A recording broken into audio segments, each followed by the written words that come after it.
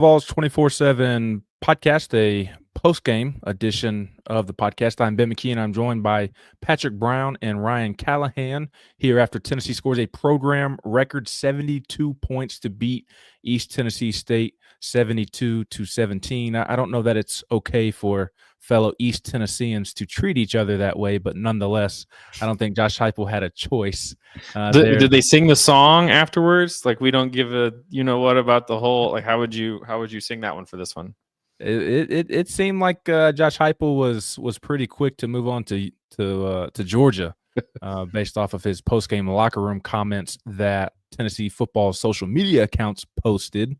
Was very quick to mention, hey, enjoy this tonight, but tomorrow get in there and focus when you're watching the tape on how we can get better moving forward. So I don't know that there's much singing, at least from Josh Heupel.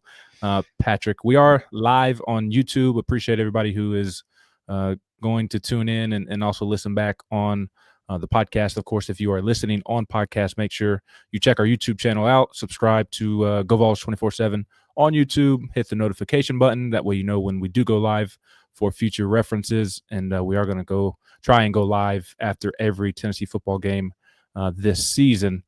In the meantime, Patrick, Ryan, I hope you all are doing well. I'm glad that you all did not have to deal with any rain delays like some of our SEC counterparts had to deal with. But, Patrick, we always kind of talk about this, especially during the Josh Heupel era, when they have these FCS games, these bye games. My main thought is that Tennessee did not play with its food. And to me, that is the mark of a good to great. We'll see what happens down the road, but just simply saying a good to great football team, that's usually the sign of that. Yeah, this is I think Austin Peay is kind of the outlier. That was sort of a struggle a couple of years ago. And Will Healy used to coach at Austin Peay, but wasn't there for that one. But yeah, I mean, Tennessee jumps out 24-0 out of the first quarter. They scored on three of their first four possessions, and then it was 48-7 by halftime. You're able to get the starters out and really play your backups and a lot of your young players for an entire second half, and really just kind of continue to call the game normally with them. So that's always a positive. We saw a lot of young players get on the field today, and they executed really well. So that's always a good sign of coaching culture. Those players being ready and being prepared to go out there and against anybody. I mean, yes, this is an FCS team, but ETSU looked pretty good in their first game against Murray State. So, but you didn't really see a lot of the sloppiness sometimes that comes with this. Comes with games like this where you can just, I don't want to say show up and win, but pretty much just show up and win. But you didn't see a lot of mistakes. Tennessee was crisp offensively. They executed really well. It wasn't perfect, I don't think. Josh Heupel said that they got away with some stuff on offense early in the game.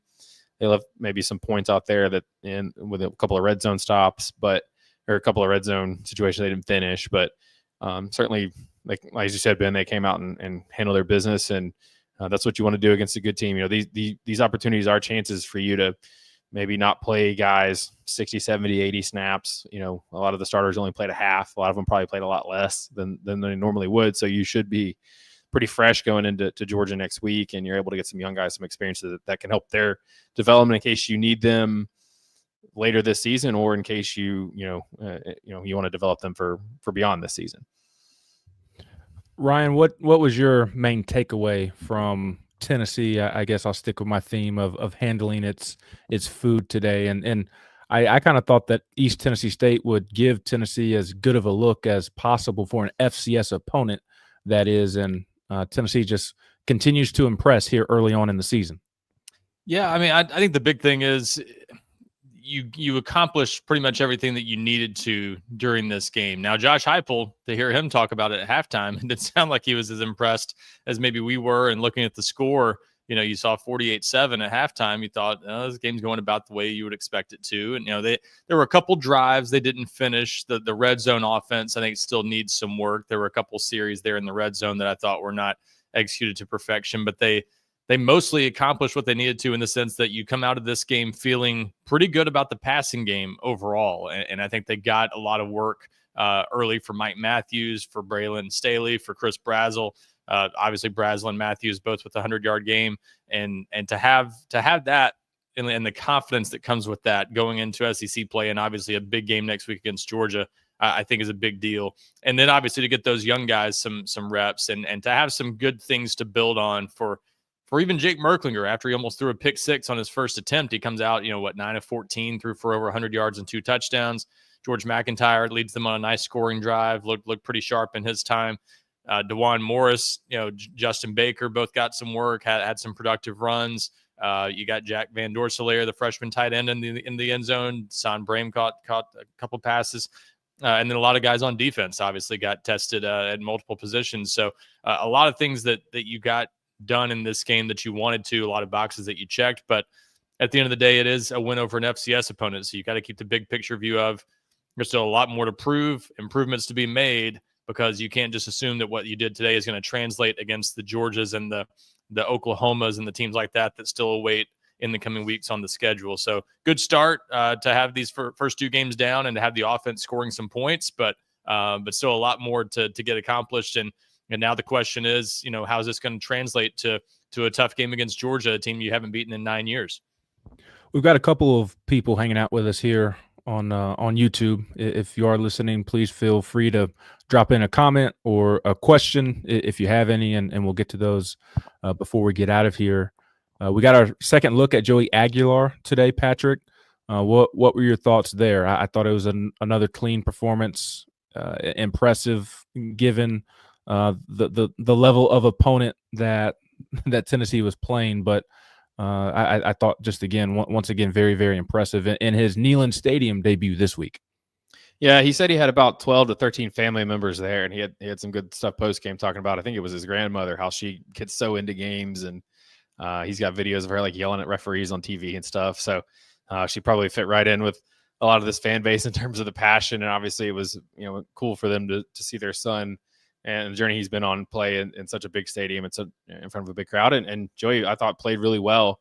I think he was 10 of 14 early on, and really 3 of those incompletions were drops. I mean, Sean Bishop had a couple, and then, I think Miles Kutzman had the other. So he was pretty accurate with the ball. And really, I think ETSU was playing a lot of soft coverage, a lot of off coverage. And so they were giving Tennessee a lot of easy underneath throws, and those were some of the throws that Aguilar missed in the Syracuse game, some of those layup throws, and I don't think he really missed any of those in this game. I thought he was able to throw it accurately enough to let his guys go and make plays after the catch, which is a good sign. So the first touchdown, he sees Brazel between the corner and the safety. I think there was probably a coverage bust there, but and I got to bring up the touchdown to Mike Matthews where he's rolling out and sort of directing traffic and just heaves it up. I asked Josh Heupel about that after the game. What do you think of that decision and that throw? And he said, well, it was a touchdown, so it's a positive. But that's kind of the Aguilar we thought Tennessee would be getting, a guy that will, sometimes make kind of a risky, maybe a low percentage throw there, but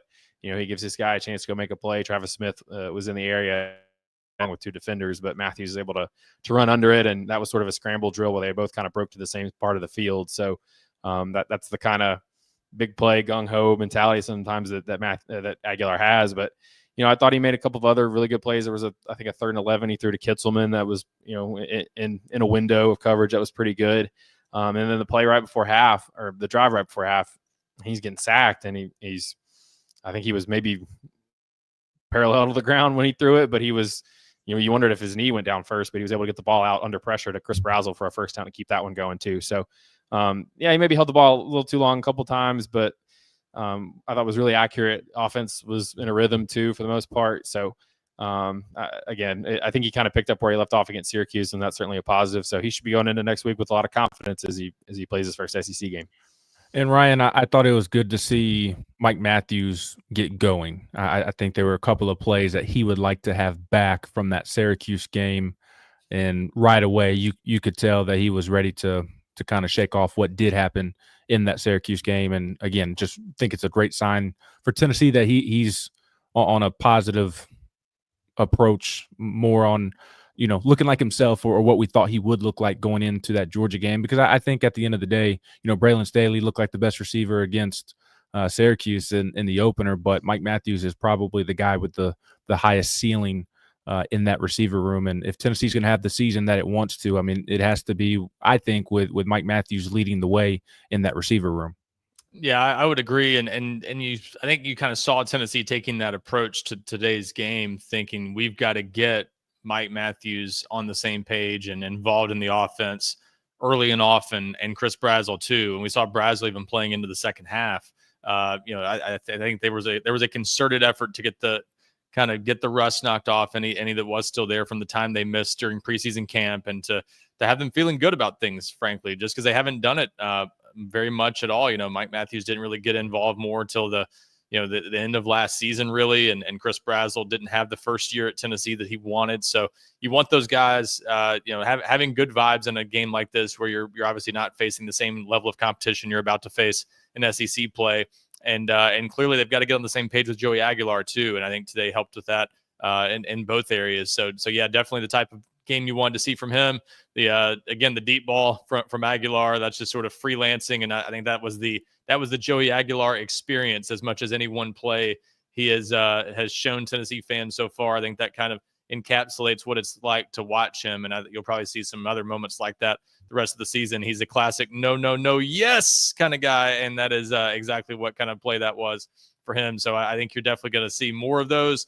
That'll drive fans crazy at times, but a lot of times they'll probably work out, and I think that's going to make him a fun player to watch for Tennessee fans. I think fans are really embracing him so far, liking the style that he plays, and he was more efficient today too. So I think that helped certainly with Mike Matthews and with Chris Brazzell and those guys. They had more catchable passes, even when he was off the mark a little bit. There were still catchable balls. Not as many issues with that, even though you still had a few drops, as we mentioned from guys like Bishop and Kitzelman. So good day overall for those guys, and certainly a lot more positive vibes about the contributions that Mike Matthews and Chris Brazzell made today.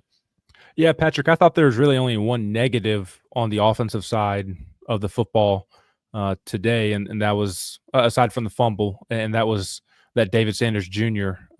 Did not play, and just not ideal. I know he's a 5-star freshman. We all think he's going to have a great year, but not ideal to have that 5-star freshman making his collegiate debut against Georgia and Kirby Smart's defense. If there's somebody who could handle it, maybe it is David Sanders Jr. I think an interesting topic as we get into Georgia week is, hey, do you actually start him at right tackle given who you're playing? But that was the one big negative on offense today, I thought.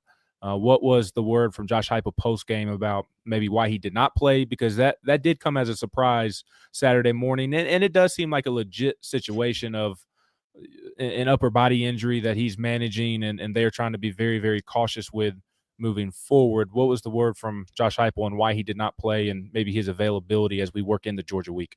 Yeah, it was really kind of the same thing that he said after the Syracuse game, Ben. It was kind of like, we thought he'd be playing, or anticipate is the word that Heupel likes to use.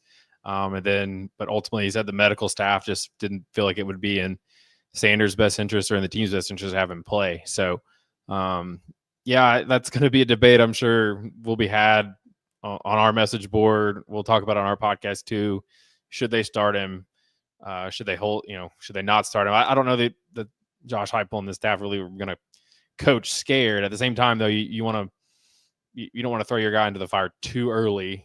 Joey Halsey kind of talked a little bit about this week with some of the young guys, saying you don't want to, throw them in there too early, too soon, and then they kind of lose confidence. But I mean, Sanders is your guy. You frankly, you paid a lot of money to get him here. He's, you're not paying for him to not play. So, but they've got to get that. He's got to have the situation cleared medically first. So. That's going to be the first question this week. Of course, we'll get the SEC availability report, so we'll see what he's going to be listed at on Wednesday night, and some other guys too. Tyree Weathersby didn't play today. We'll see about Jackson Moy as well. Of course, they're not going to get David Hobbs or Jermon McCoy or Ricky Gibson back, and I don't believe they had any injury concerns coming out of this game. Didn't seem like there were any injury stoppages this week, especially compared to the Syracuse game. But yeah, I mean, I think you got to, Sanders has got to get right first. I think he's got to be cleared before he's out there, obviously, and that's not happened yet, even though it's, as you said, Ben, it seemed like he was set to return, but that wasn't the case. And so they rolled with what they had last week. They were able to get the second team offensive line pretty much the whole second half. I thought some of those guys responded pretty well, but certainly Sanders is a guy that, they need to get back in the lineup. Of course, this group I think is playing well, and that presents an interesting situation, because what if you put Sanders in there and he doesn't play well, or he looks like a freshman? Do you go back to that lineup? Then what? That's sort of a tricky situation, but they got to figure it out medically and then kind of go from there. And I'm sure they want him back. I know he probably wants to be back, but it hadn't happened yet. We've got a couple of comments here on YouTube and a question as well. DZ, I appreciate the love, my friend. Sanjay wants to remind Ryan that Georgia did not look that great today, and that is for sure. They did not. Chris L says that it will be an interesting and exciting game week. Hope we can sneak one out. That is from Volgal, actually.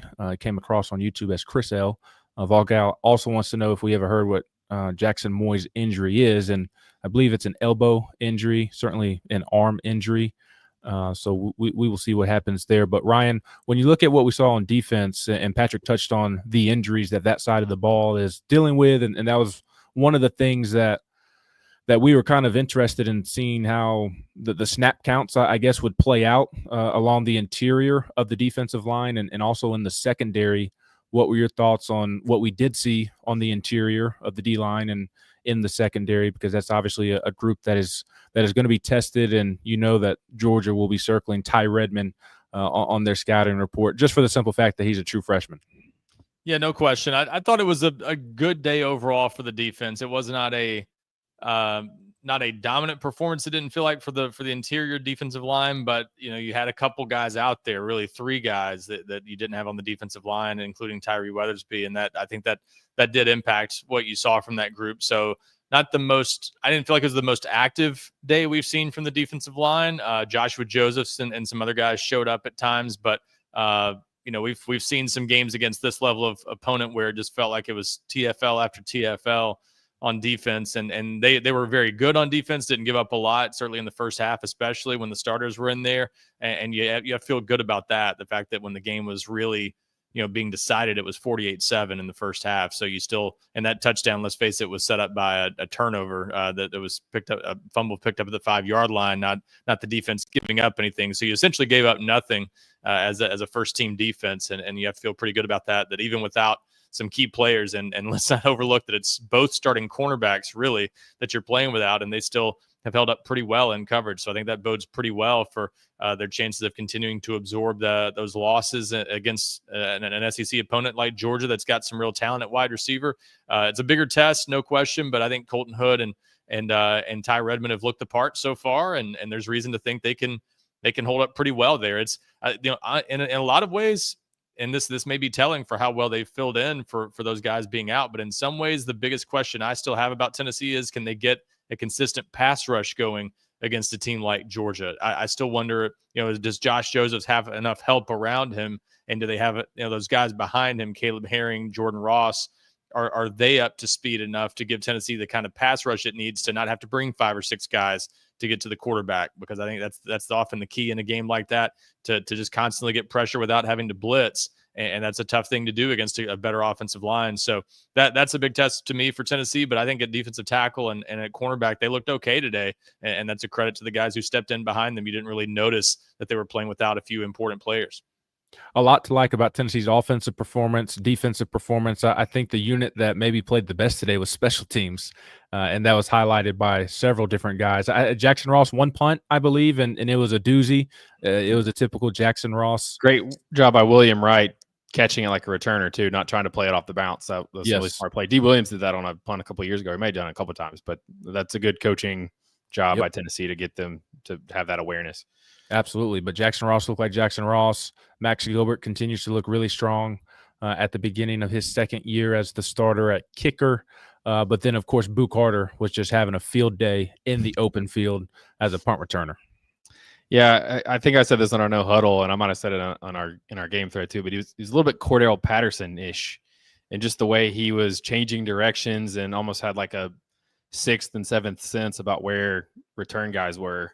Obviously, very different body types. I mean, Patterson 6'2", 6'3", long athlete. Carter's a little bit more compact, but just the way he was able to sort of pick his spots and on the one he almost scored on or got down to the 5, he was in the middle of the field and then just stopped in his tracks and immediately got down the sideline. That was really special. And we've kind of said it on some stuff here at the stadium, me and Ryan, that that's kind of why you have to put up with some of his stuff, is because he can change a game like that for you if teams punt to him. And after the 3rd one, it was like, is ETSU actually going to punt to this guy again? And they did. He almost housed it again. So Josh Heupel sort of equated it to he credited the return unit too. Said they did a good job blocking at the line, and we've seen them work on that in practice in camp. Those punt team drills, but able to sort of hold up the punt team a little bit to give Boo some space, some cushion to get started. And then once he gets started, he's kind of like a running back, just looking for a lane, looking for a seam. So he's obviously dynamic with the ball in his hands. That's why Tennessee was looking to get him involved on offense prior to his offseason indiscretions. And so, but he was back in the punt return role this week, and if Tennessee's defense is able to get stops and teams are punting to him, that's something that's a play you can't take your eyes off of. The way he's able to flip fields and make defenders miss. I know it was ETSU, but man, he made them look silly trying to tackle him on several of his returns. Patrick, to put a bow on ETSU win, or whichever one of you wants to take it first, both of you just go ahead and answer it back to back. But just your overall thoughts, putting a bow on the win over ETSU, and then beginning to look ahead. How do you feel about this football team entering Georgia week? It was just announced before we press record that College Game Day is going to be in town. I would imagine SEC Nation will follow, and all the different shows and college football celebrities are going to be in town this week. It's going to be a massive Hart was week. here today, so Kevin Hart was here today. Even ETSU brings out the celebrities. I think you're correct. And if you did not sneak down there and get us an autograph, your wife and myself are going to really be on you hard about that, because that's our guy, Kevin Hart, and to not take advantage of the situation, we will not appreciate that. But it's a massive week coming up, and your overall thoughts on where the program's at, how you're feeling about the Vols' chances during our early look ahead to next Saturday. I want to say I feel like they've maybe outperformed what I've initially thought, particularly on offense, just because they've looked so in sync and so crisp, given all the new pieces. And we talked so much about the receivers and them not getting a bunch of time in preseason camp, and what would Joey Aguilar look like, all these new starters on the offensive line, and they've looked like a really cohesive unit so far. But, and there's a but, I got to see them do it against Georgia, guys. I mean, they've put up points on everybody under Josh Heupel except Georgia. They haven't scored more than 17. Defensively, they haven't figured out the Georgia quarterback. Ryan and I were talking about this during the game. Like, what has Gunnar Stockton shown that makes you fear him? Well, I mean, he's a Georgia quarterback, and Tennessee has not been able to slow any of them down lately. Stetson Bennett had his way with them a few times. They could not stop Carson Beck the past 2 seasons. I mean, Carson Beck was really up and down last season, and he sees the Tennessee orange, and even though he started bad, he ended up lighting them up last season. So and Georgia probably hasn't shown a single thing on offense or defense the first 2 weeks, because they played Marshall and Austin Peay. So we don't know anything about them other than that they're Georgia. So I kind of, this is one of the first games where it's like, yeah, Tennessee's playing great right now, and they should go into this game feeling good. They're at home. The crowd will be amped up. This place will be a scene next week. But they've got to go out and do it against Georgia. They've not done that. That's like the only, I mean, Josh Heupel's beaten Alabama twice. He's beaten Florida. He's not beat Georgia yet. So I've kind of got to, I'm sort of in prove it mode, or I got to see it to believe it mode. Tennessee has just not figured out Georgia yet under Josh Heupel, but next week's a great opportunity. I don't think Georgia, this isn't the Georgia of 21, 22, and 23 when they won. The only team to beat them was Alabama, and the only reason they didn't get the playoff because of some Nick Saban retirement season magic and some other stuff. So I got to see Tennessee go out and play better against Georgia than they have, and certainly it's a big opportunity early in the season to sort of vault yourself into the SEC discussion, the playoff discussion, because all the people that were talking all offseason about the quarterback situation probably aren't watching how UCLA is doing right now.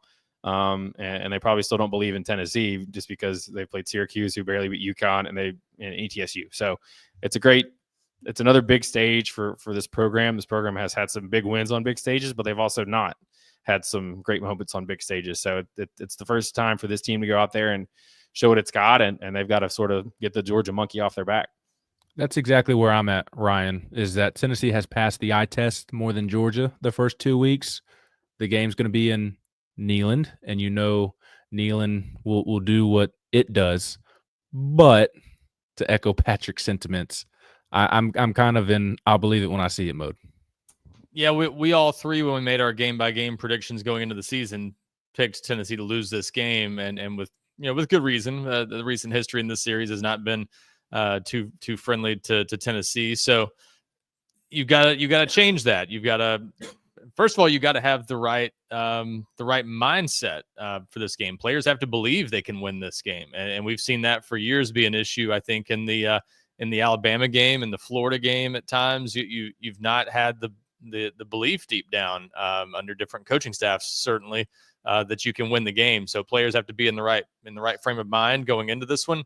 And like you said, they've got to play well when the lights come on a big stage, which is a different ask from showing up and playing well against Syracuse and ETSU. No disrespect to either of those teams, but that it just is a different level. So we'll see. And Georgia is the type of team and the type of program that tends to answer the bell when they need to. I think some fans will probably read too much into what happened for them today against Austin Peay, where they kind of did play with their food a little bit. You don't have to be at the same level for Austin Peay as you do for Tennessee. So Georgia's got some, there's some real question marks about that team, and Tennessee's played pretty well in the first couple games in a way that makes me think Tennessee's got a chance to win. The big thing about Georgia, and of course we got all week to look at that matchup more, but they don't look like they're great at running the ball yet. And last year that was a big concern for them.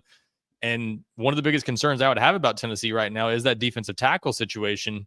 And if that's not somewhere Georgia can exploit any advantage it might have, that's a good thing for Tennessee. So I think the matchup in some ways is pretty favorable for Tennessee just based on what we've seen so far. But again, how these guys are going to measure up against a top 5 team is a different story maybe. And we may find out that, Joey Aguilar's played Clemson, but he's not faced an SEC team of this caliber before. And it's just a different level of defense from most of what he's faced in his college career. So how's he going to respond in this situation?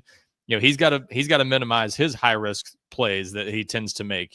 Those plays like that against Georgia may get you beat. So it's going to require everyone to play well and play smart. And I frankly, we'll touch on this more later, I'm sure, but I think you need David Sanders out there because this is a game where you need talent. Everybody that I talked to during preseason camp said David Sanders and Lance Hurd looked the part at tackle.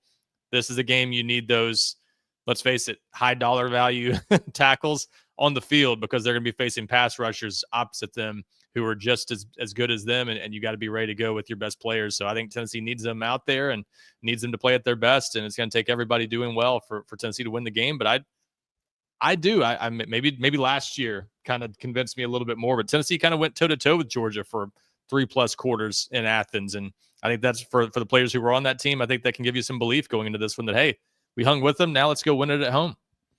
Last thing we'll discuss before we get out of here is just some Florida, right? We're going to talk about the Gators. Yes, that's exactly where I was going. Just some other scores from around the SEC and around the country. Army just knocked off Kansas State in Manhattan, so let's start there, of course. But no, shout out to the Knights. Yeah, that's right. Go Army, beat Navy, baby. Big bounce back from our FCS loss last week. Yeah, to Tarleton State, right?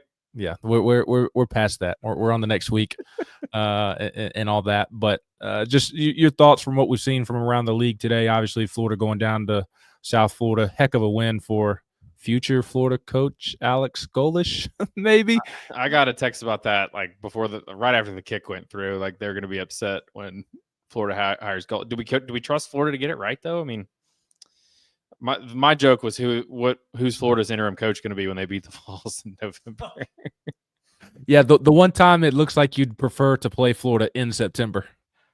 Well, they've looked crappy in the last 2 Septembers. Then a year ago, they played their best football down the stretch. But, yeah, I mean, Mississippi State is an interesting game. They were leading Arizona State 17-0.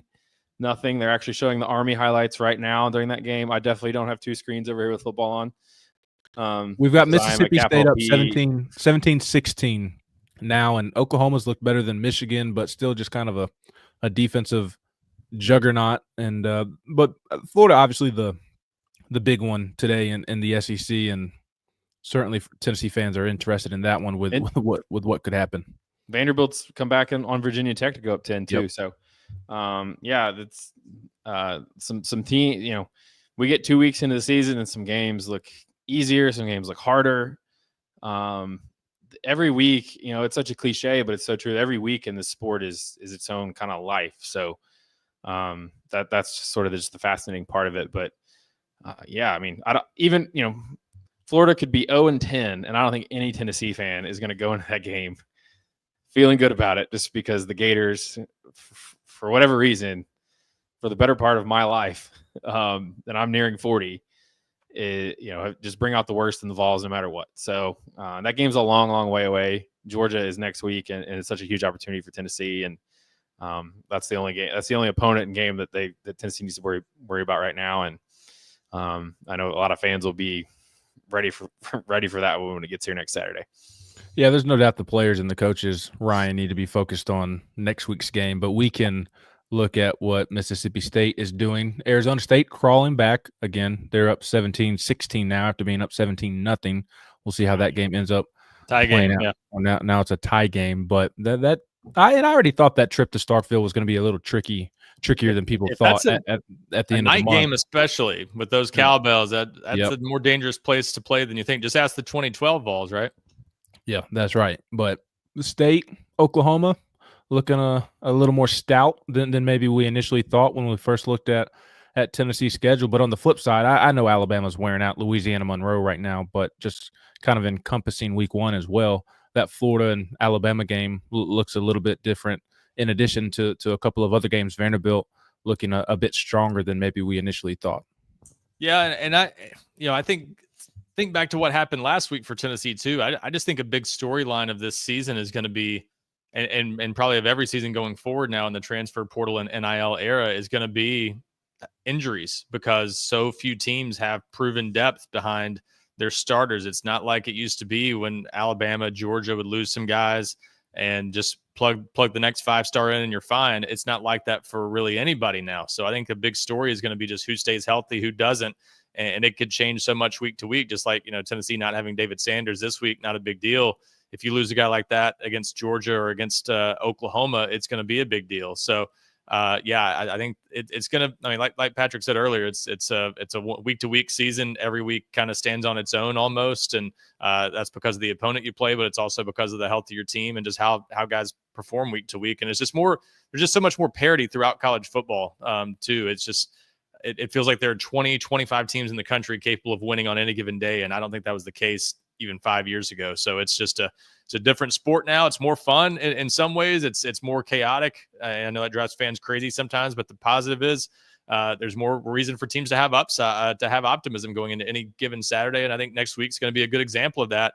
You're going to go into the Tennessee-Georgia game, and I think Tennessee fans are going to have so a little bit of optimism going into that game compared to recent years, because Georgia's advantage in depth has kind of been chipped away at in the transfer portal era. They don't have the advantage and can't go out and just buy players with NIL, and other programs, have shown an ability to do that. So they don't have the edge in talent as much as they used to. So that's a more winnable game. But yeah, it's an interesting league. Right now it looks good for Tennessee. Check back in a couple weeks and we may feel differently. It's just it's interesting how the season kind of ebbs and flows. But yeah, so far, if you're a Tennessee fan, you're feeling pretty good and you're looking around at the chaos thinking, hey, this isn't looking so bad for us. If you're a Tennessee fan, it's probably what you're thinking right now. And the other big score update: UNLV 23, UCLA 3. Early third quarter. UCLA has 2 false starts in the last 4 plays. So everything going A-OK on the West Coast. We were joking earlier in the press box that the TV ratings, I'd love to see the geographic breakdown for what the top markets for that UCLA game last week were. So, Patrick said probably Salt Lake City 1, Knoxville 2, something like that. I bet there were more people in Tennessee watching that UCLA season opener than in LA, if I had to guess. And it may be the case again this week. But yeah, a lot of people taking pleasure in watching UCLA not have any luck offensively. It's a hard watch. It is a hard watch. What will not be a hard watch is all the content we'll have this weekend as we wrap up Tennessee's win over ETSU at the site at GoVols247.com, and also the week ahead, Patrick Brown. And of course, Ryan, now's a good time to sign up for what will be, we're talking about how big of a week it's going to be on the football field. Going to be a big week in the stands, in the recruiting section as well. I mean, one of the we kind of talk about it once a year when Alabama comes to town, when Georgia has come to town in the past. I mean, one of the lists under Josh Heupel, they seem each year to just continue to increase with talent and become even more impressive in terms of the list of visitors who are making it to kind of the marquee home game each year. Yeah, I'll be fascinated to see just how impressive this list is. But the early indications we've gotten, this may end up being as good of a game weekend visit list as Tennessee has had in the Josh Heupel era, and maybe in a number of years. We'll see how it shakes out. But just the early list, guys like Cooper Witten, the 5-star linebacker, obviously the son of Jason Witten. These are mostly guys in the 2027 class I'm talking about, but there will be some 2026 guys there as well, in addition to most of Tennessee's commitments. David Gabriel George is the 5-star running back at Baylor School in Chattanooga. There's guys coming from coast to coast. I've seen players from California and players from in-state are planning to come to this game. So I think pretty much every Tennessee target I spoke to the past 3 or 4 months from the state of Georgia has indicated they're planning to be at this game. So like, if you're looking at Tennessee and Georgia, you probably want to go to this game and check out this is going to be the weekend you want to visit Tennessee. So it's going to be a pretty impressive list. The tougher task for Tennessee will be deciding who to tell no, because you just don't have tickets for everybody. You got to draw the line somewhere. So each player gets to bring a guest, at least one with them. So when that's the case, tickets are hard to come by, and this is that week. If you're a preferred walk-on candidate, you might not be getting a ticket. This week's about the 5 stars and the 4 stars and the guys that Tennessee's gonna be recruiting pretty heavily for the next year plus. So it's gonna be an impressive list, and it's already looking pretty impressive what we know so far. Anything of note from today on the recruiting front? Pretty light weekend for the most part. The headliner was probably Braylon Clark, a 5-star wide receiver in the 2028 class early on, but a guy Tennessee hosted for a camp over the summer, and off to a good start with him. But obviously, very, very early stages of that recruitment with him being just a sophomore. But mostly some guys in the 2027 and 2028 classes. A couple Tennessee commitments were back in town. Braden Rouse and Tyreek King was at this game as well. But yeah, most guys coming in from out of state, if you had to pick between ETSU and Georgia, you're probably going to the Georgia game instead. So that's kind of what this week was, just, getting some guys on campus, but, mostly laying the groundwork for next week at this point and making sure all those guys make it in.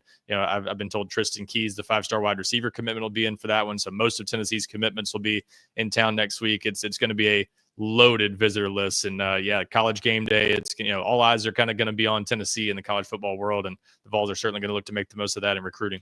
And you'll have all those developments up at the site throughout the week, no doubt. And as you said, I think it's the final 24 hours or so of our sale, 60% off an annual subscription. So join right now and get all that coverage throughout the week and beyond at GoVols247.com.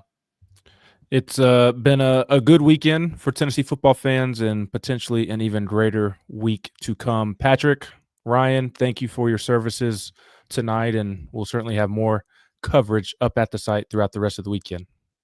You too, Ben. Appreciate you. Appreciate everybody listening after the fact or live. We appreciate it. Yeah, that is correct. We appreciate everybody chiming in, everybody who chimed in the comments section, and everybody who listened live, and as Patrick mentioned, who is listening back to this in podcast form. For Patrick Brown and Ryan Callahan, I am Ben McKee. This has been another edition of the GoVols247 Postgame Podcast. Tennessee takes care of business against East Tennessee State 72-17.